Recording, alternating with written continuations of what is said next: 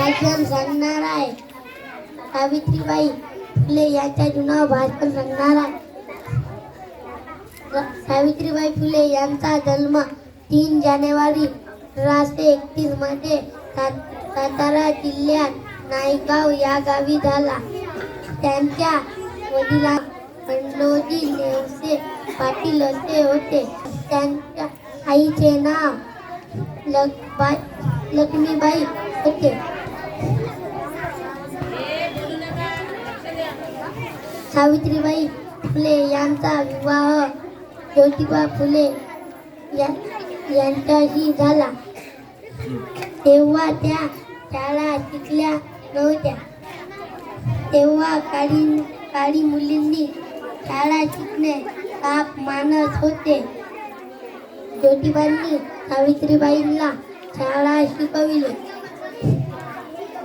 1 जानेवारी 1848 मध्ये ज्योतिबांना पुणे येथे मुलींची पहिली शाळा काढली. तेव्हा सावित्रीबाई शिकवायला जात तेव्हा लोक त्यांच्यावर दगड फेकून मारायचे. सावित्रीबाई थांबल्या नाही. सावित्री माऊलींना माझे कोटी कोटी नमस्कार.